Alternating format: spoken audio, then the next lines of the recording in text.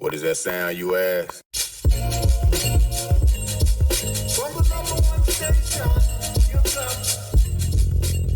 come. Welcome to the Rec Show podcast, a show dedicated to beatmakers around the world.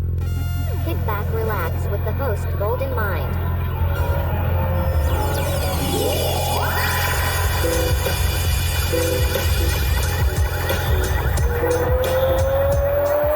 Ladies and gentlemen, this is the main event of the evening.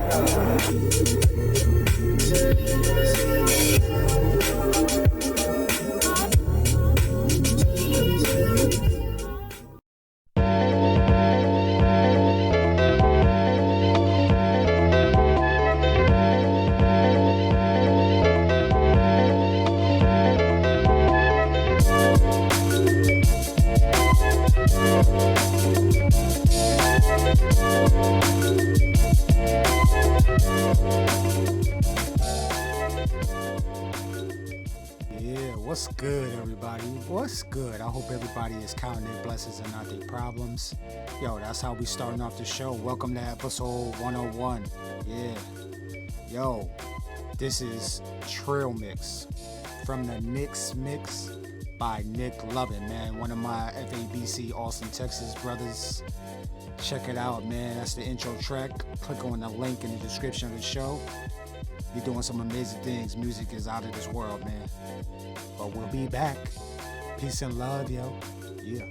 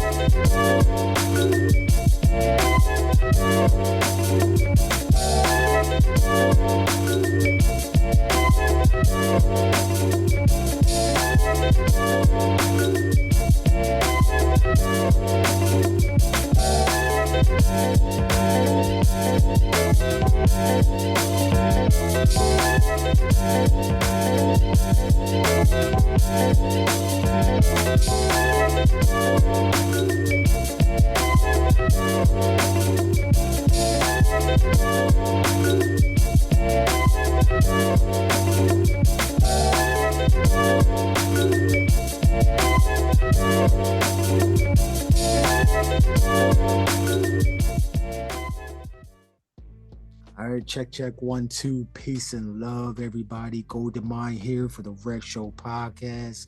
You already know what it is, man. We already over that hump of 100, and we still going up into the stratosphere, man. We got another mutant that's going to be, giving us, his story.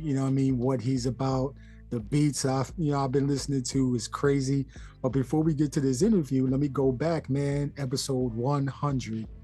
Is official, man. We started at episode 100 with Anthony Church. Anthony_Church23. Find him on IG. He's the host of the Proven Knowledge podcast. Always tapping in with amazing artists, beatmakers, engineers, like all that type of stuff. Tap in with the Proven Knowledge podcast as well. Because that's not what we're not just going, keep everything to us. We branch out into other podcasts. And if everybody's doing other things with podcasts, we're going to tap that too. So that's what we're doing. Episode 100, tap into that. The week before that, or actually about 3 weeks before that, we had Bap Notes Music, a dope band from Sacramento, California, man. So I need y'all to tap in with that as well. Yo, let's get to this week, man. Yo, I got an amazing beat maker, man. Yeah, I mean, he's a graphic designer. He's a DJ. He's a skateboarder. We're gonna find out what else he's into, man. But he's pretty much an all-around, like arts, music, like all that type of stuff, man. So we're gonna get to our guest, who's hails from Connecticut, man. Connecticut is a haven for dope artists, man. Dope artists. I'm talking about visual art. I'm talking about music art. I'm talking about graphics. I'm talking about all of that type of stuff, man. Connecticut is like, I think Connecticut is slept on, man. So I want to welcome the one and only MarkLittle to the show. MarkLittle, what's good? Welcome to the show, fam. Oh man, thank you for having me, man. Appreciate it. Super excited to talk about some music stuff and all sorts of other things. Yeah, man, yo, allow me to geek out. You know what I'm saying? That's what we do here. We geek out on music and tech and, art and all that type of stuff, man. So, yo, thank you for allowing me to have you on the show. And for the B-heads that don't know, they better slap themselves right now, you know what I mean? But after this, they're going to go in and tap in with you. But for the B-heads that don't know who you are, can you introduce yourself, how you got your name? I don't know if it's your government name or your real name, your stage name, but then also any collectives that you might be a part of as well. Yeah. So MarkLittle is my stage name, and it has two meanings. My real name is Mark, obviously, but I'm named after my father, so Mark Jr. And the second meaning is that I'm short, like kind of like Five Dog, like the 5 foot assassin. So it's like kind of a play on that. I was part of a collective years back when I first started making beats called Blackbirds, but then we disbanded. Like I'm still cool with the guys and everything, and they've done their music ventures on their own. So that's kind of how I got started with everything. But I can explain that like in a greater detail. So yeah, just doing all the solo stuff right now, being a beat maker and everything. So Yo, man. So we're going to talk about your history. First of all, the name choice is dope. That's dope. And is it my understanding like you're a military kid as well, correct? yeah. So What I branch?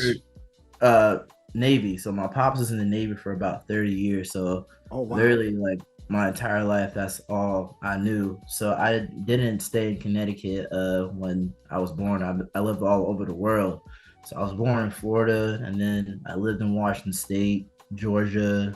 I lived in Italy for a few years, and then in 2005 I moved to Connecticut, and I've been here for 18 years. So I always say that Connecticut is home to me because it's where I really grown like as a person and how I really discovered music. Like it's where I made the most friends at too.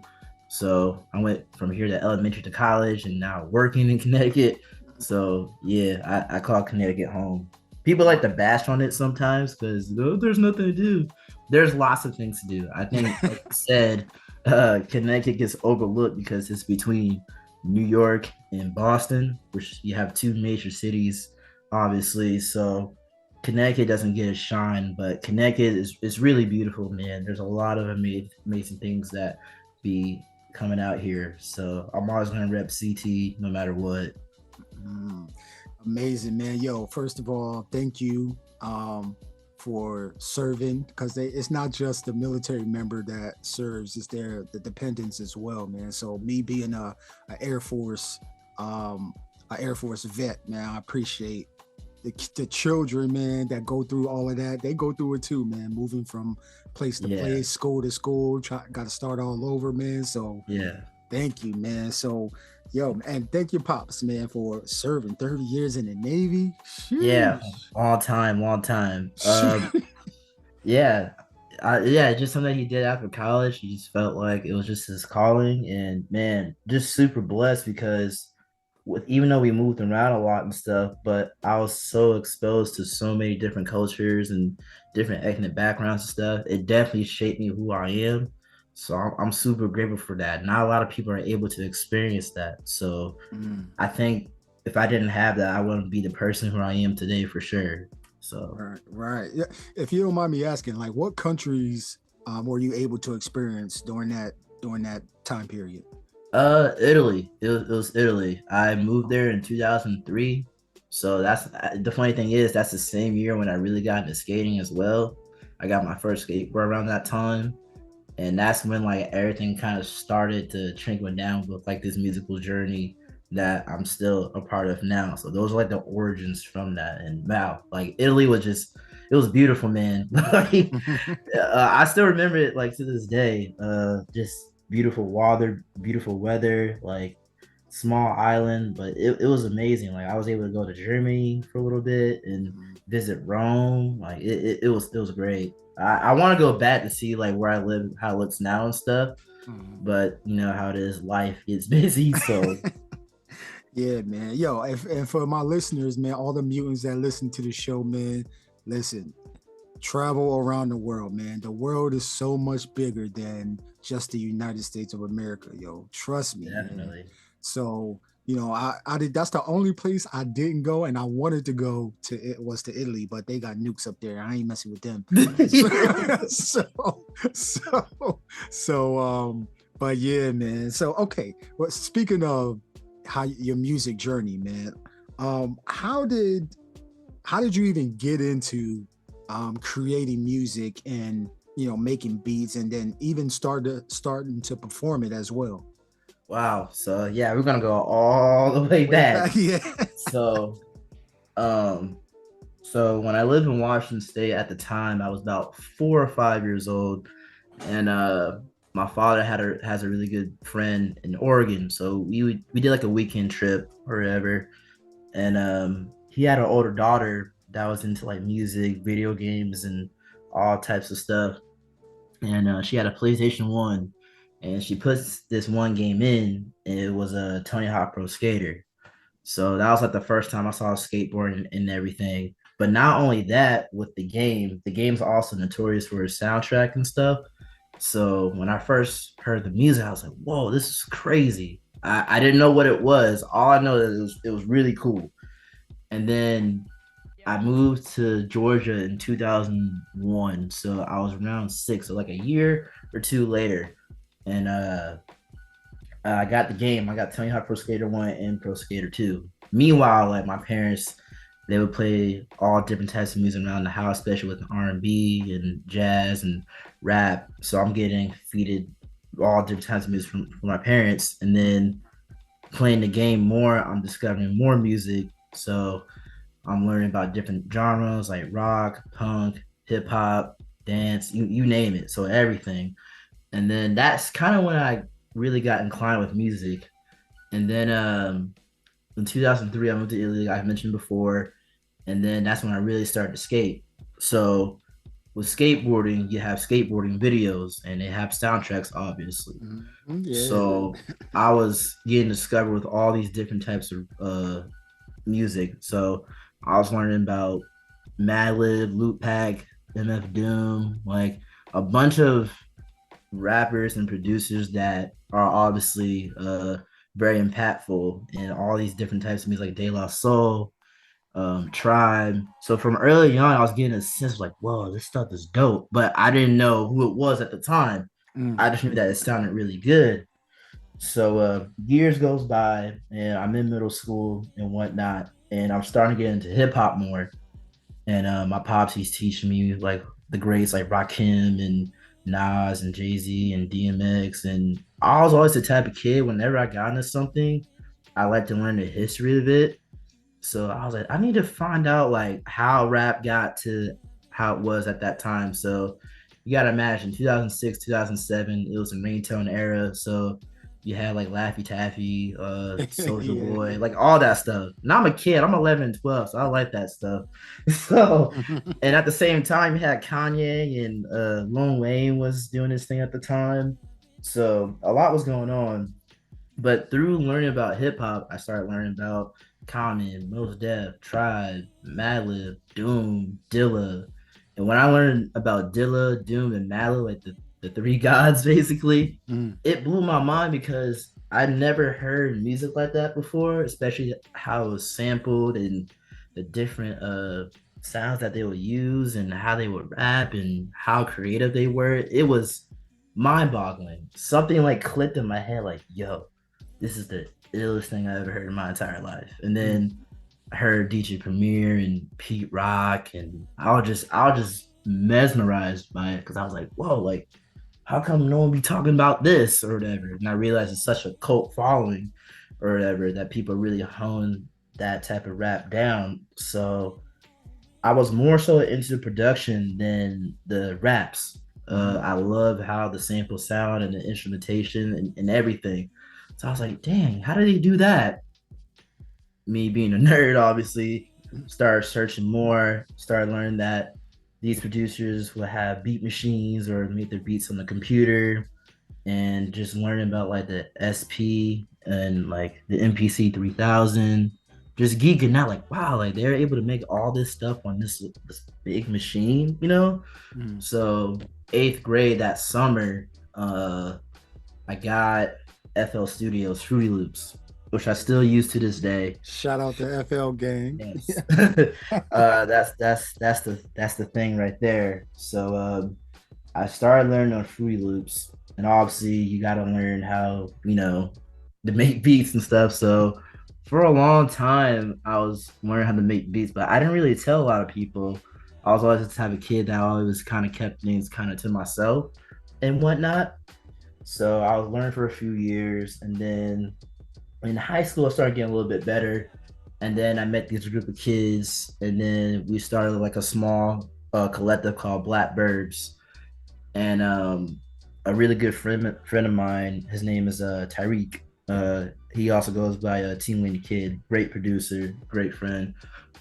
He essentially taught me how to make beats, like how to chop samples, how to arrange your beats, and like look for what's good in melodies within sampling and everything. So it took years to kind of get down and master that craft.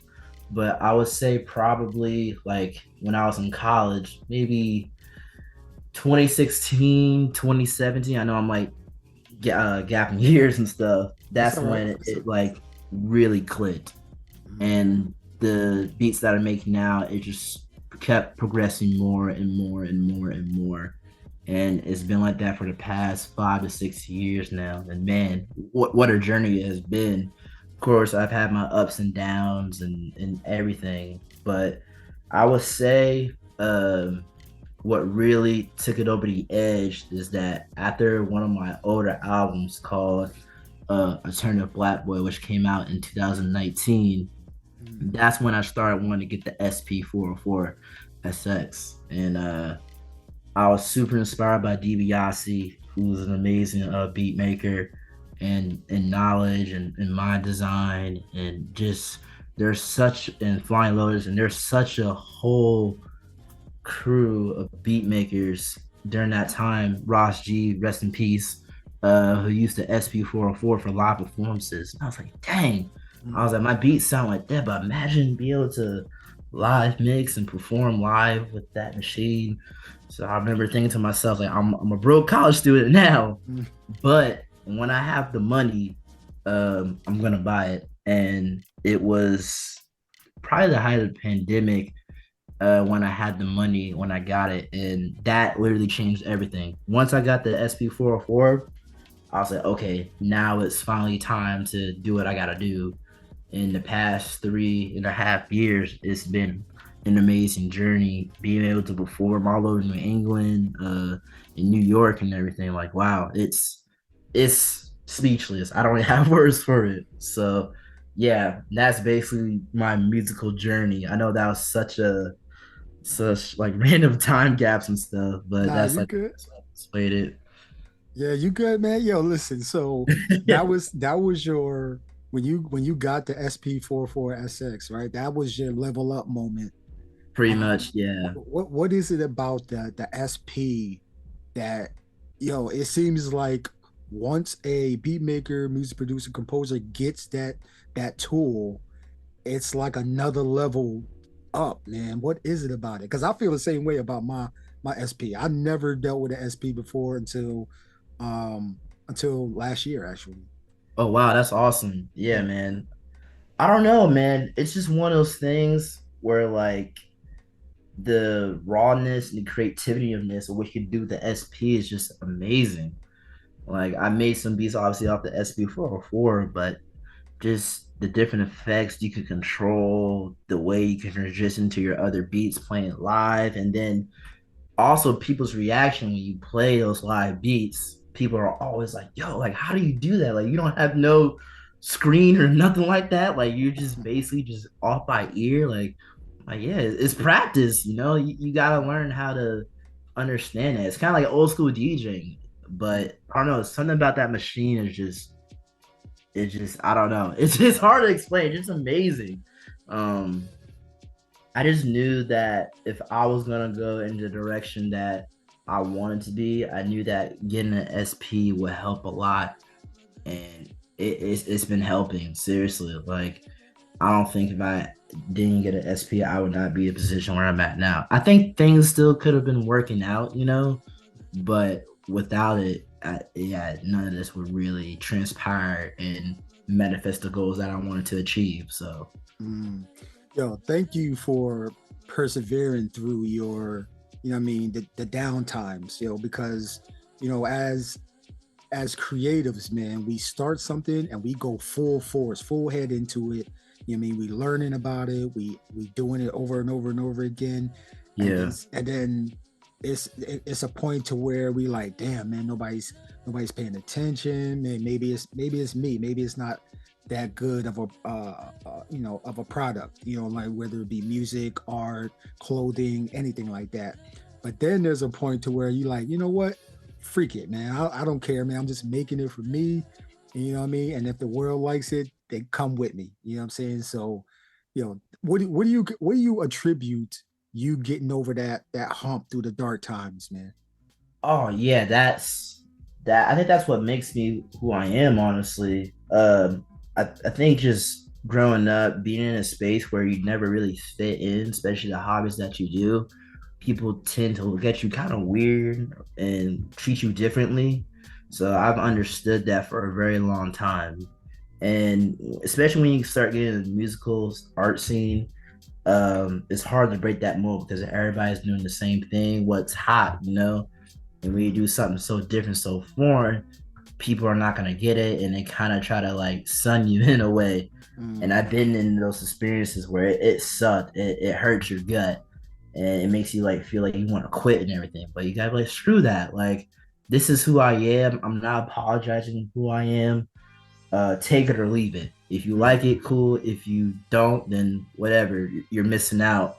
And I think what also helps too is just having the right circle around you. Like the people that are helping me out, or like my close friends that come to my shows and really support, are my cheerleaders. Like without them, I wouldn't keep going. So the fact that like I have them in my life like that, it helps so much. And you just can't let the BS get to your head. You got to remind yourself that you are worthy of something when it comes to this music stuff. So, Yo, you giving them crazy jewels right now, yo. Like, yo, y'all listen, internets, man. We here with MarkLittle, man. Listen, Connecticut beatmaker, DJ, graphic designer, skateboarder. You're like, yo, he doing it all. But man, you just gave him a crazy gem, man. Just don't apologize for being who you are, man. Just yeah, it's true, man. And you gotta, when I watched this interview with Doom, it was like a Red Bull interview or something like that. But the biggest thing that he said was follow your heart. And he was basically saying that like people not understand what you're doing, but you gotta follow your heart no matter what. And that's something that like I really, really took in. And I always follow that saying is literally follow your heart no matter what people think. It may not be today or tomorrow, but people are gonna catch on. Yo, man, you already gave him like 10 jewels already, yo. Like, yo, man. So okay, let me get to my next question, man, which is you already named your top three, right? So Dilla, Madlib, I think it was, and Doom. Yep. Yeah. That's the gods right there, right? So yeah. Your pops, and I'm pretty sure your mom's was like putting you on crazy game early, man. Oh yeah. With hip hop. And you know, we celebrating the 50th year of hip hop this year. I think August 14th is the birthday of hip hop. Yeah, I think so. Yeah, which is so crazy to think. Like, there's so much history, so little time. Right. 50 years ago, we've in hip hop, and I say we because we are contributing to the legacy of hip hop, you know what I'm saying, as a culture, you know, like, so I wanted to ask you, like, part of hip hop, they have 4 pillars, right? Right. 4 pillars being, you know, breaking, graphing, MCing, DJing. But which one of those did you start your journey with? Oh, that's tough. I mean, wow. I would probably say DJing, because even though that's close to beat making and stuff, I always loved how the DJ was the guy that was able to write the records, you know, that was able to make the crowd have a certain type of vibe. They control the party, the narrative, and the whole aesthetic and everything. So when I first learned about hip hop, I was like, man, being a DJ must be so cool. Like, you're the guy that plays the dope music. Like, no one's trying to ask you to play such and such. Like, they trust your like your musical knowledge and everything. So for me, I would definitely have to say the DJ aspect of hip hop. But those original 4 are important too. I mean, you can't forget about the breakdancing aspect, especially MCing. I mean, if you playing good music over like a good instrumental and the MC can rap over something that's pretty dope, like a quick 8-bar or quick 16-bar, dope, you know? And I'm just glad that people are still acknowledging those 4 core elements of that. Yeah, man. Like, we gotta respect the history. And part of what's great about this show, in my opinion, is we're documenting history with the different mutants from different planets, man. Y'all be on different planets with y'all music, man. I love coming to visit with y'all. You know what I mean? I'm speaking crazy right now, but you know what I mean. Like, oh, of course, yeah. So, but man, all right. So let me ask you this: if you can, and this one might be another hard one, but I'm pretty sure you got it. If you're able to, can you name that like one, or it might be 2 or 3 beats, that when you heard them, like it just wrecked you, man. It just made you like, yo, what the heck is this? Like, who made this? How did they make it? That type of reaction, man. Goosebumps reaction. I could probably give you 2 or 3. The first one I can say, the top of my head, is Doomsday by Doom, which was crazy to me because obviously that's an original Sade record. But I'll never forget when I heard this record for the first time. And one day I was listening to like an internet radio on the internet. I don't remember the website it was, but I was like in my room listening to it, and then I heard Doom come in, and then it plays the loop, obviously. And I was like, what? I was like, this dude sampled Sade. And I remember like it had his name, like MF Doom, Doomsday, and I wrote it down on like a piece of paper, and I looked it up the next day on YouTube, and I looked at the instrumental, and literally I had that beat just looped for like no BS, probably 30 minutes to an hour, because what I was hearing was insane. I've never heard drums like that before, and how can you incorporate a sample like that? It was wild, you know. And also my pops is a huge Sade fan, so that's like a shout out to him. Mm-hmm. Another beat that I went crazy over is Freeway is What We Do. I believe Just Blaze produced that one. Yeah. And I'm a huge Just Blaze fan. And when I heard the way that was sampled, I couldn't believe it. And the way those drums come in, and how it's like like crazy, like classic Just Blaze. And yeah, like I said, like I feel like he's underrated. It's cool that he still gets to shine and everything, but I feel like he doesn't get his flowers enough. Like, bro, that's Just Blaze. Like, what do you do with NBA Street Volume 2? Like, all the beats he did that for. Like, come on. That's crazy times. Yeah, man. Like the late, I want to say the late 90s and then 2000s, from 2000 to 2010, 12. Somewhere around there. Like, yo, him, Kanye, like they were killing the game, yo. Like, seriously. Man. Oh yeah, and I can't forget not Nerd, but Pharrell and Chad, man. They're on a different level too. Like those guys were amazing. Like that super producer era, it was just beautiful. It's a good time for hip hop. And then the last beat, I would say this is tough because there's a lot of songs in my head. I can't even choose right now. I'm thinking hard. I don't know which one to choose. Mm-hmm. This would be a wild card. We Gonna Make It, Alchemist. Like that sample is cold. Obviously, Jada and Styles P are two of my favorite rappers, and Alchemist, he's just an alien. Like you just find the illest samples, the illest loops, and that one just worked. You know, even the original version of that sample is super dope. Like beautiful, beautiful. So those are my three I can think of right now. I can say like 50 if I wanted to, but top of my head, yeah, those are like three beats. I was like, whoa, this is crazy. So yeah, man, We Gonna Make It. How did that start off? Oh, it started off with the trumpets. Yeah. Like typical Alchemist fashion. Yo, he was making anthems, man. He really was. Oh my gosh, man. Oh man. Okay. Listen, Alchemist, if you at Just Blaze, yo, if y'all ever listen to this show, man, yo, we giving you your flowers, y'all.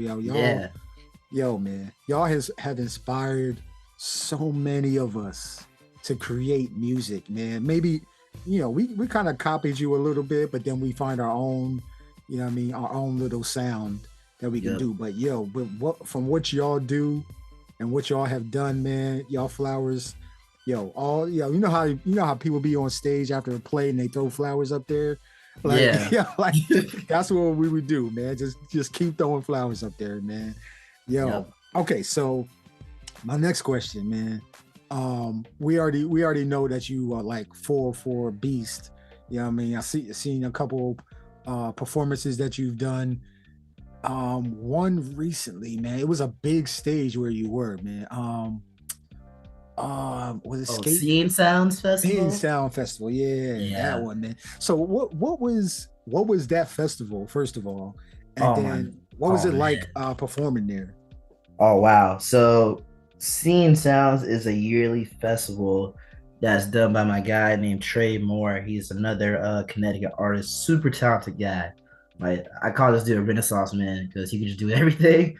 It's basically a bunch of artists, mainly Black artists, that are able to perform their music. And there's like smaller stages, like with different bands, different vendors, and also incorporated with skateboarding culture. And this was the second year, and I've known Trey for a while. I met him last year at a Go Skate Day event that I was DJing at in New Haven, Connecticut. We chopped it up, became really good homies, and from time to time, like we'll see each other and stuff. And then one day, it was like early spring. He was like, "Hey man," he was like, "What you doing on 404? It's really dope." He's like, "I think people need to see what you really do and really experience your live sets, man." And he was like, "Hey, I want you to be part of the festival." I was like, "Of course, yeah." So that happened on July 1st. It was 2 Saturdays ago, actually. Wow. Seems longer than that. And had a quick little 25-30 minute set, but man, it was dope. A lot of people were engaged and everything. It wasn't like people were standing where I was at, but people were just in their own space. They're like bobbing their heads and everything, like really feeling the vibes. And then when I started playing like the remixes that I make, like I played this one Mary J. Blige flip, and people were like, "Whoa, this is crazy." And then like I played a Rihanna flip, and people were really bugging out about that. And yeah, it was awesome. Like after the show, a lot of people was like, "Yo, like I gotta follow you on like social media, like buy like a CD from you and stuff," which I'm like still getting used to. I'm still kind of like a low key dude, So like when people be like, yo, like that shit was kind of crazy, I'll be like, whoa, like thank you, I appreciate that. You know, I just be in my own world. You know, I don't be thinking like the bigger picture. Like I'm still a regular dude that just loves music at the end of the day. So just the amount of love and appreciation that they have for that really meant a lot to me, and that really made my day, man. Like I'm always flabbergasted that people be really checking out my music like that and really like it and stuff. So it was awesome. It was such a amazing experience. It's probably one of the best sets I've done thus far. Like there's been a lot of great sets this year, but that one in particular was really special for sure. Man, yo, so I'm just seeing it from IG. It looked amazing. You know what I mean? You said yo, the beats that you picked to perform, always crispy, man. But Go Skate Day. What, like, it's around, like, you've been skating for 20 years now, right? So 20 years. Correct. What is it about skateboarding that goes well with, music and especially beat culture, to be specific? Oh wow, yeah, there's so many similarities with skateboarding and music. I mean, as many skaters they're also dabbled into music. So whether that's rock, whether that's funk, jazz, hip hop, both cultures within music and skateboarding both represent like the misunderstood and the understood, especially with hip hop. And the way I see is that like hip hop and skateboarding are obviously misunderstood culture that people think that are rebellious and everything. But once you get in that culture and understand how sacred and amazing it is, you get both ideas of just like, you know what, these are people that are expressing themselves in the most purest form. And that's why with skateboarding and hip hop, they correlate so well together, especially with beat making culture. I mean, it's just a group of people that are into the same thing, that are different from other people, regular people, and express themselves in the most coolest form. So when Go Skate Day happened, it's people from all different kinds of culture and backgrounds coming together in one area, skating, loving music, having fun. Just peace, man. Literally. I know that sounds corny, but like it's literally just peace. And the fact that I'm able to do two things in one space that I love the most, it's a dream come true. Because that's all I want to do is play my music or just play music in general in front of skaters that I really love and that are my friends, And the fact that I'm able to do that now, it's a blessing. Like I can't complain. Like I'm truly grateful for that.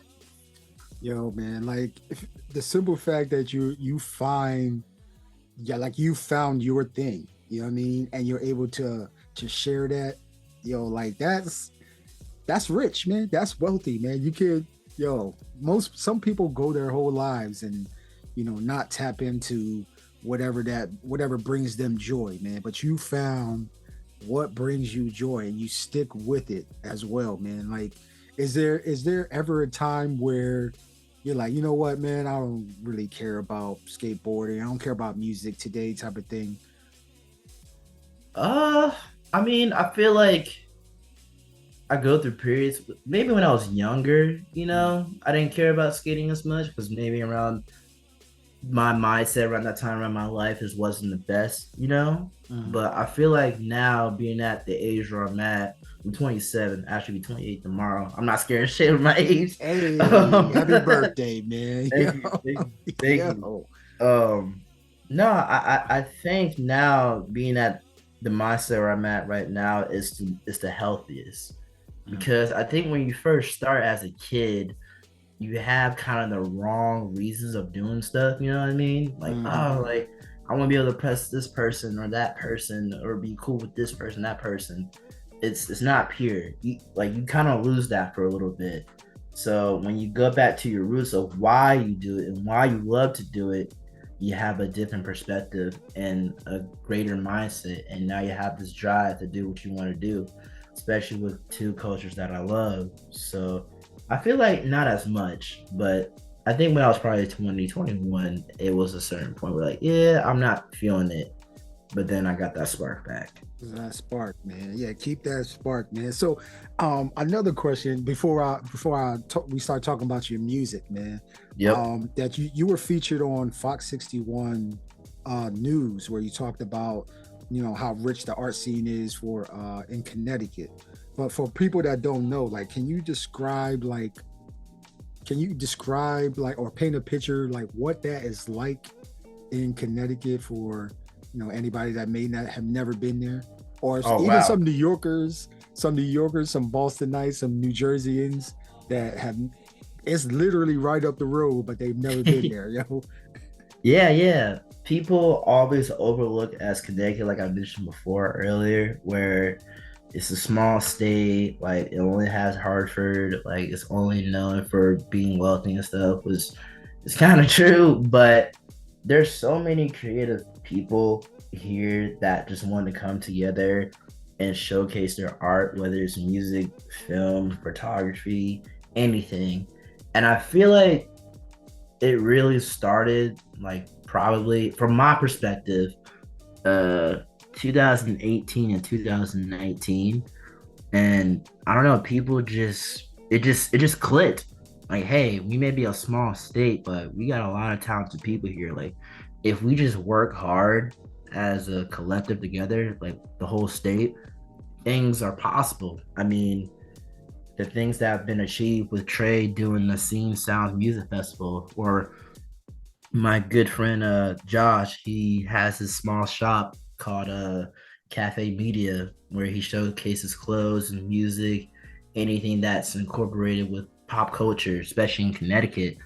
Or my good friend Zoe, who has a magazine line called Connecticut, where it just gives certain artists and creatives a space where they can showcase their work, a safe space too. And there'd be pop-up shops, even not just in the hip-hop aspect too. I mean, in the hardcore scene as well, and even in skateboarding. Like, we just have that pride of, like, you know what, like, we may get overlooked, but we have something special here, and it's been growing each year. And I'm just really, really stoked that I'm able to contribute something that special.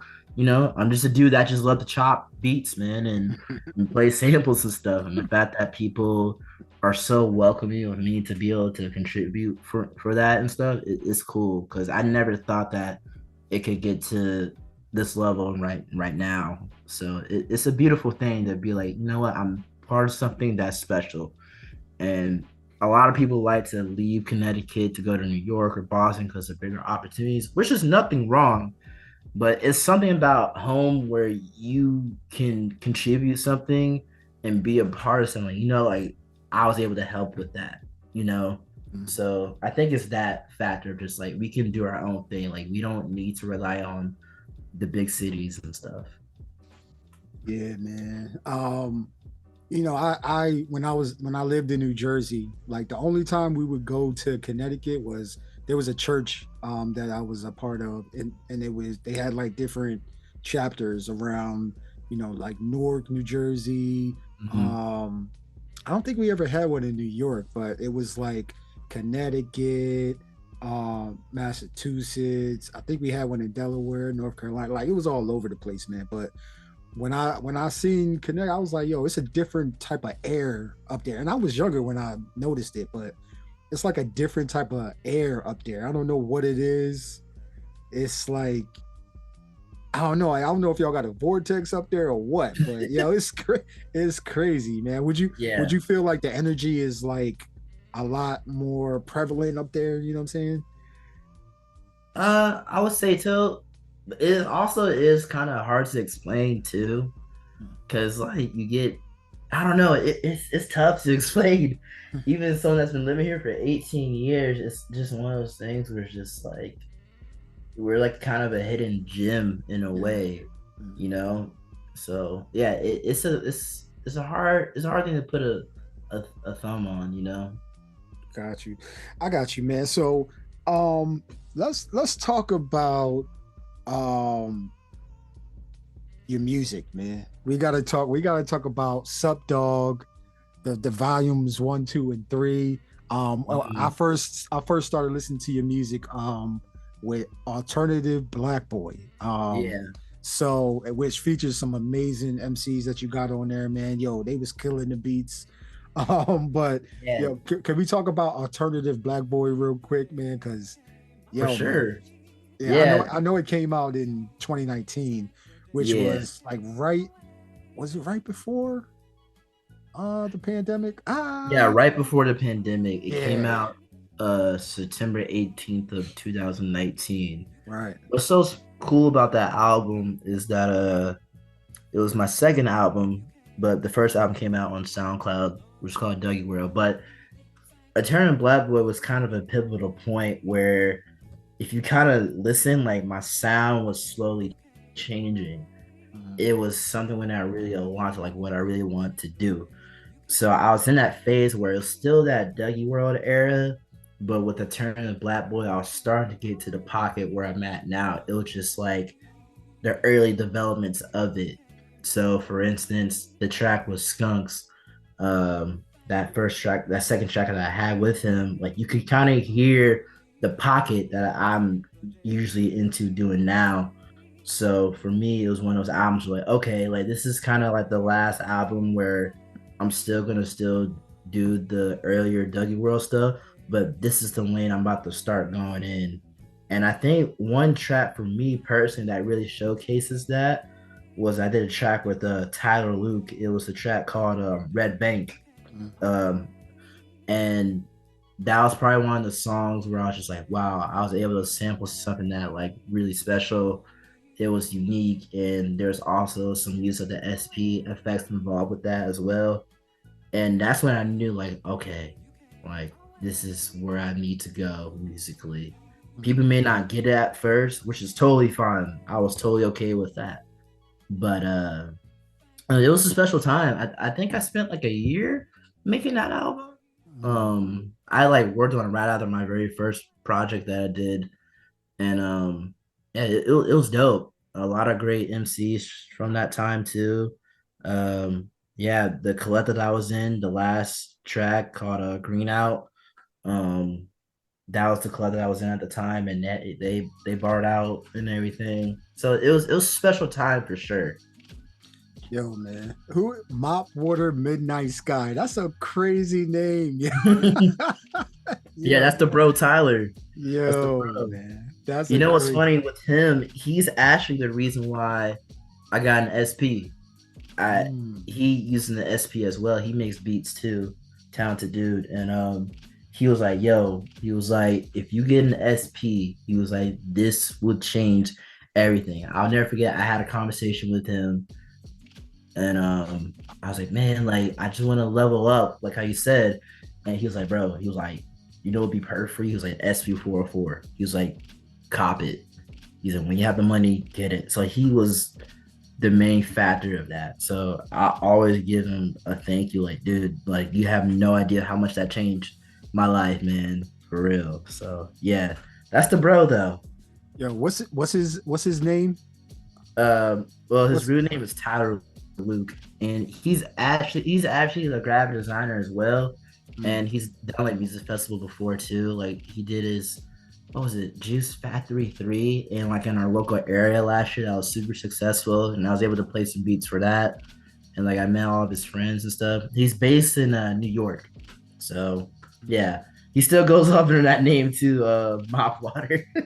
That name is crazy. I'm like, that name is crazy. Yo, he's a dope dude though. He's super creative. Yo, man. So, yo, amazing album. For your first one, man, or your second one rather, Alternative Black Boy, available on Bandcamp right now. But yo, let's talk about this Subdog volumes, man. Volume 1, 2, and 3. Listen, the first one called Loops, second one is just volume 2, and then Subdog 3. Yep. Man, yo, can you talk about those albums, man? Because I was stuck on what's the name of that one track, man? It might have been Thinkaboo. It might have been Thinkaboo. Yeah, the Stevie Wonder sample. Man. Think About You. Yeah. Wow. Yeah, so the Subdog series is basically a series where I just had short a minute to minute 30 loops that I really like making. It took about because while I was like doing the other projects, I was working on that stuff for about probably maybe like 3 to 4 years. I was just stacking up a bunch of beats. I knew I was gonna do something with it, but I wanted to wait the right time for that. So when the time was right and I felt like musically and I was getting more established and people were starting to know me a little bit more in the local area, I was like, you know what? It's time to like release some of this stuff. So yeah, the first one was just strictly loops, just simple, chops and everything, nothing too crazy. And then I came out Subdog 2 the same year as well, because Subdog 1 came out in, wow, I have a terrible memory, in February. And then Subdog 2 came out in the summertime, June, July time frame. And Subdog 2 is the one where people really started to notice, like, oh, okay, like this dude has his own style, like he's doing his own thing and stuff. And half of it was made with FL Studios, and half of it was also made with the SP. But with Subdog 3, that one's like my baby. It's the last of the series, and then 2, I wanted to have a certain theme, so I always wanted to incorporate it with skateboarding, which I love. But I was like, I have to do it at the right time when it feels right and stuff. So with Subdog 3, everything that's incorporated in skateboarding related, whether it's the name, title, the visuals, the music videos that I make, everything is skateboarding incorporated. Like there's certain gems that skaters can know, like, oh, I know what the name title he's talking about with that. It seems random to someone, someone that doesn't know about skateboarding, but to anyone that's within the skateboarding realm or knows something about skateboarding, they know, like, oh shoot, like Secret Tape, it's the Secret Tape from Tony Hawk Pro Skater, or Gino's Push is about this pro skater named Gino Iannucci, or The Reason is a famous skate video that Stevie Williams was in, or City Stars is Kareem Campbell's skateboard company, like little gems like that. And I really wanted to make sure this was the most cohesive, the most focused, just everything. I just wanted everything to lock in with Subdog 3.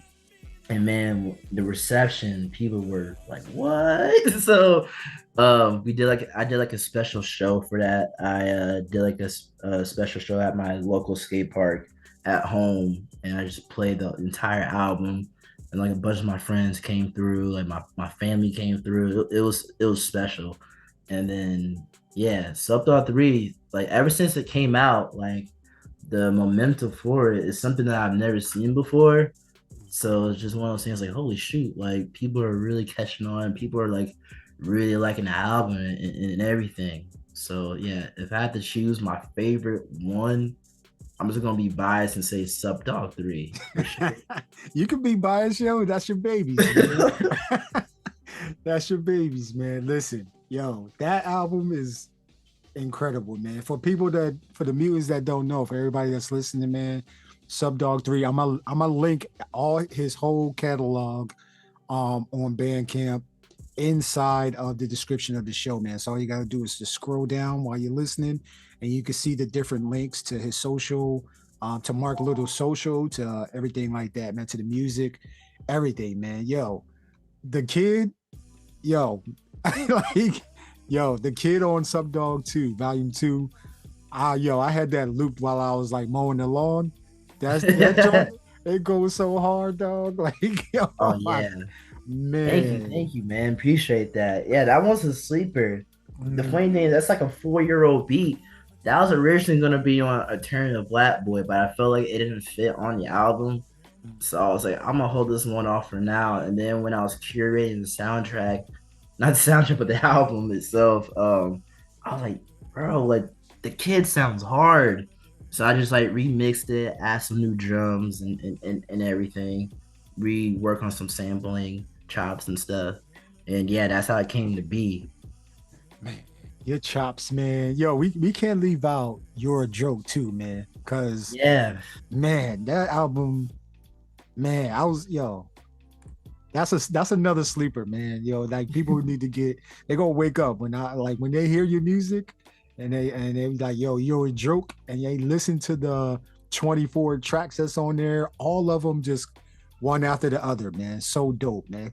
yeah, Talk about that album, man. yeah. That one was super important to me too because it was the first time where I felt a project where it was me.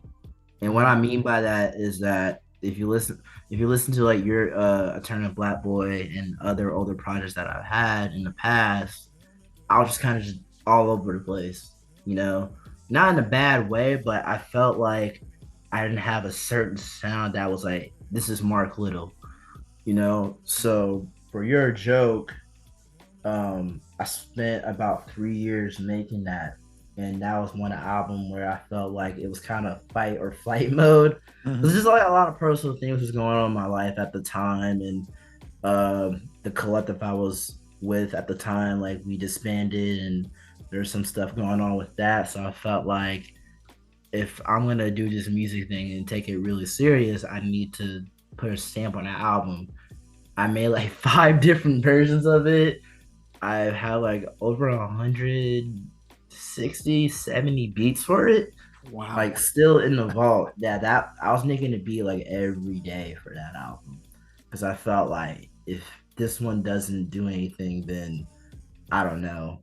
I was still spark, but it was one of those albums where it's just like I'm putting everything. This means so much to me.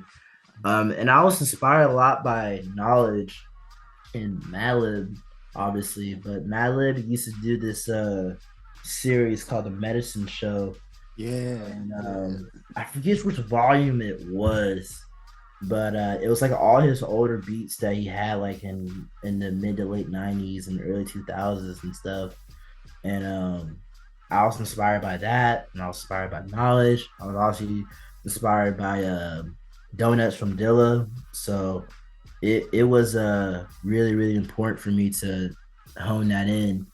And that's when I realized something unlocked in me as a beat maker. Like, okay, this is the path I need to go on. And people still talk about that. One of my closest friends, he still talks to me about that. I'm like, dude, like Your Joke is crazy. Like, Yeah, it puts is. you into such an experience that like, and I'm like, wow, man, thank you. You know? So just hearing people's reactions too is pretty cool. Man, I love the way that you're incorporating like your photography, where like Subdog is you as a little kid, you know what I mean, Yeah. and then Yeah. like is that intentional the way you're doing it? Yeah, it's intentional. So like each album, like Subdog one is like when I'm probably like 4. Number The 2 overalls, yeah. yeah, when I'm 5. And then number 3 is actually the day where I got my first skateboard. So that photo was taken like on my birthday when I got my first skateboard ever. So I was around 8. So it was really special to me. Like, oh yeah, I'm gonna use this photo. Like Subdog 3, I'm doing skateboarding theme. So why not use the photo where it all start with everything? So it's like a homage, not only to skateboarding, but also a homage to me starting my musical journey. Yo, man. Yo, it's so much music inside. Like your chops are crazy, man. Like, if I could get taught how to make music again, you will be one, DiBiase will be another one, Mines Rock will be another one. It's a lot of people that can chop samples, and R&B is heavy in your music selection. Like your samples, like you chop a lot of R&B I grew up with, it's which what I mean, it's like it brings goosebumps when I listen to it, because I was like, I was at this place when I heard this song, I was at another place when I heard this song, Yeah. It's like that's that nostalgia type of feeling, it's priceless, man. You can't It's you can't put a price on that, man. I can't even come up with the words right now for it. But yo, you're doing amazing things with your music, man. Your chops and all of that, your drum patterns, all that, man. Yo, Thanks, listen, man. listen. So, last three questions because I know you got things to do, man. But giving some thought, like who are your childhood beat maker, music producer, superheroes, but even right now, like as you're an adult about to be, what'd you say, 28, 29 tomorrow? Yeah. Man. So internets, man, wish MarkLittle a happy birthday tomorrow. Don't you know what I mean? Y'all gonna hear this on Sunday, but still wish him a happy birthday, But who are your top 5 like beat maker superheroes that you're listening to like right now, besides the ones that you named already, Knxwledge, Dilla, and MF Doom? Like who are you listening to right now? Yeah. So right now, the top 5. One, it's been Flying Lotus. I've been listening to him a lot lately. Going back to his older stuff too, like the Reset EP, Los Angeles, even his Captain Murphy stuff that he did. Even though there's like other producers that did some stuff for it. Flylo. I've been listening to a lot of DIBIA E lately. That dude, he's just, his chops are crazy. Like even with like the video game symbols he be using is just out of this world. Mm-hmm. Number 3, I would have to say this one's a sleeper. It's DJ Shadow. I've been listening to Introducing a lot, like his most famous album. I know everybody knows that one, but I don't know. I just love his DJing influence and everything that he does with that. Number 4, let's see. I'm trying to think who I've been listening to as producers and stuff. I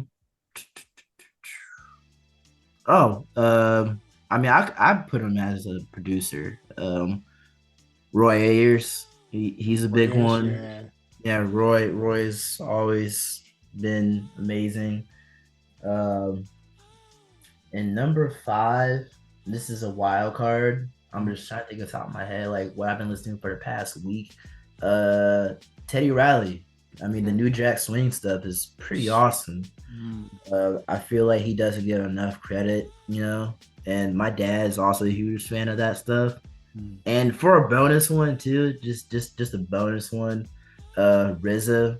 I've been listening to a lot of the solo Wu-Tang albums, like Raekwon's Built for Cuban Links and Ghostface Iron Man. People don't talk about how crazy he went for those few years. Yeah. Like RZA is insane as a producer. Even the Gravediggaz stuff, like it's fire. Yo, man, Teddy Riley, he definitely so many styles were birthed off of what he was producing at that time, man. Like, Greed. It's so crazy, man. It's so crazy. RZA, same thing. You know what I mean? Like, for him to produce the entire solo albums of like Method Man, Ghostface, Chef Raekwon. Yep. Who else? ODB's album, man. The whole Wu-Tang album, man. Like, man. For like a good 2 to 3, 4 years, like he was just on one. It was crazy. Man. Amazing. You can't go wrong with none of the picks that you just picked, man. So, I'm glad I got to ask you that.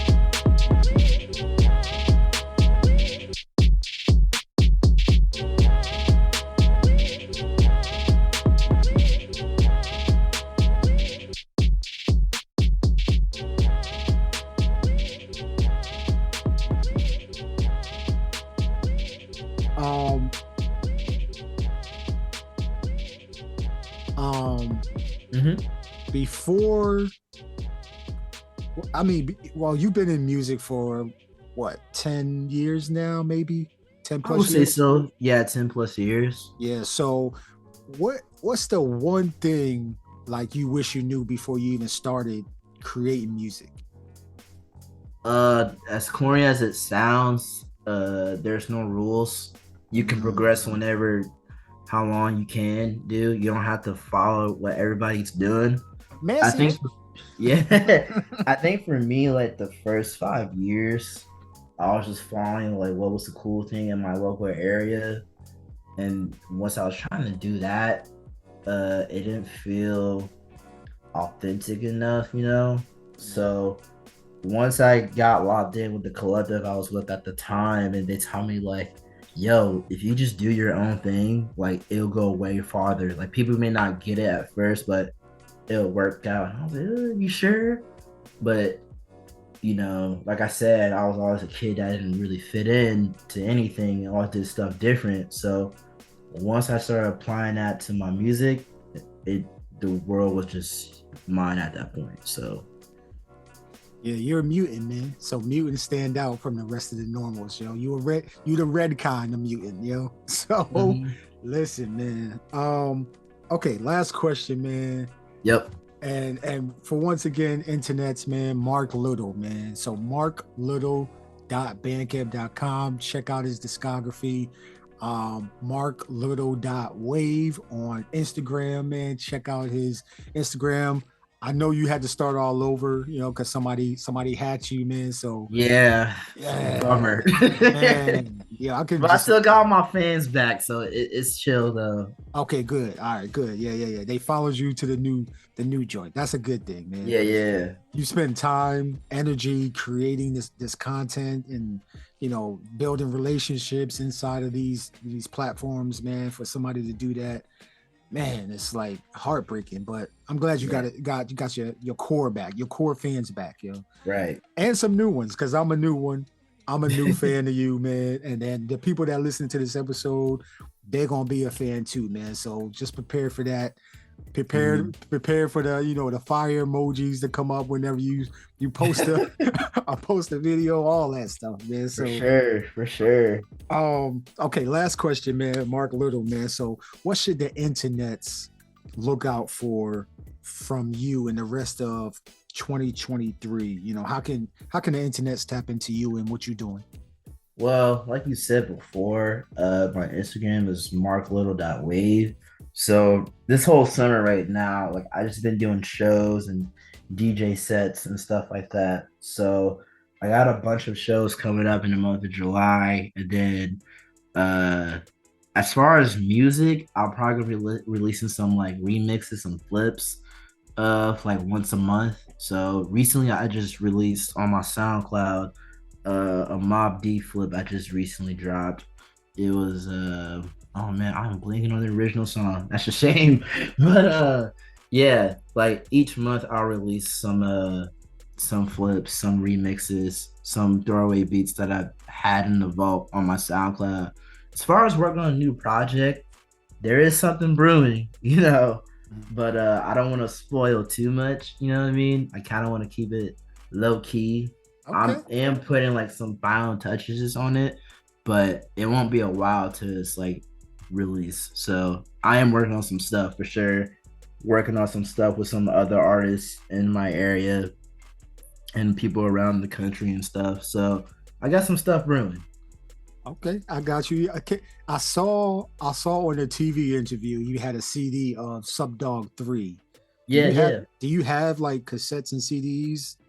Yeah, I have a bunch of copies of CDs and stuff. I actually made a post of that because I haven't yet. I just post on my story and I just sell them at shows and stuff. So yeah, right now I have a bunch of CDs that people can buy. There's only $10, you know, nothing too crazy. So yeah, when this interview comes out, yeah, just send me a DM and yeah, I got you guys. So yeah, man. Yo, MarkLittle, you know what I mean? Beatmaker, you know what I mean, digital artist, man, skateboarder, DJ, like well-traveled, a well-traveled man. You know, he's seen some things, different cultures and everything like that, man. I want to thank you for allowing me to spotlight you to the rest of the, you know, the mutants across the multiverse of beats. Thank you for your time. Thank you for your music, the music that you put out, man. Cause like, I gotta go back into my Bandcamp. I gotta add you to my not the wish list, but when you buy it, my catalog. Yeah. So cause right now, for the internets that don't know, everybody that I've like interviewed, like I've kind of got a piece of their music, and you can see my whole Bandcamp catalog on my website, man. Go to mybeats.com, check it out. That's where the Reg Show podcast lives now, man. So tap in, previous episodes, all that type of stuff. But MarkLittle, man, it was an honor chopping it up with you, talking about you and your music and your musical journey. Thank you. And yo, this is only part one. There's gonna be another. That's why I put part one, because I know it's gonna be another part coming up, yo. For sure. You know And again, man, thank you for having me on here. I'm super grateful to be able to talk to you about my music. I really don't be doing interviews like that, like, because I'm just like nervous and stuff, but it was cool to like geek out on music and stuff with somebody. So again, I appreciate you, dude, for real.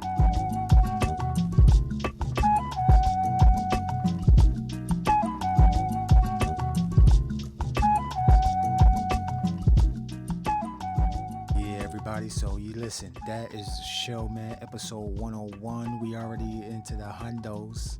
Man, I appreciate every single one of y'all, man, for tapping in, man. Hope y'all counting y'all blessings and not y'all's problems. I hope y'all are, you know what I mean, making the music you want to make and expressing yourselves in a positive way. You know what I mean? Build up, man. Don't destroy, and support people that are building some amazing things. You know what I mean? Yo, hip hop, man. 50 years, man. 50 years, man. Yeah. Anyway, man, yo, listen, thank you, MarkLittle, for spending your time with me, man. Y'all tap into MarkLittle.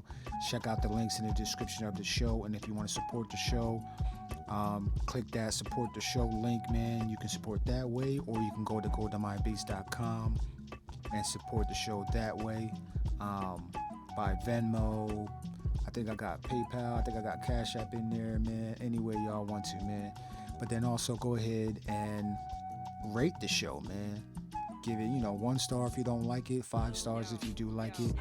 And yeah, man. Let's. I guess we gotta feed the algorithms, even though I always say foot up the algorithms. You know what I mean? But yeah, man.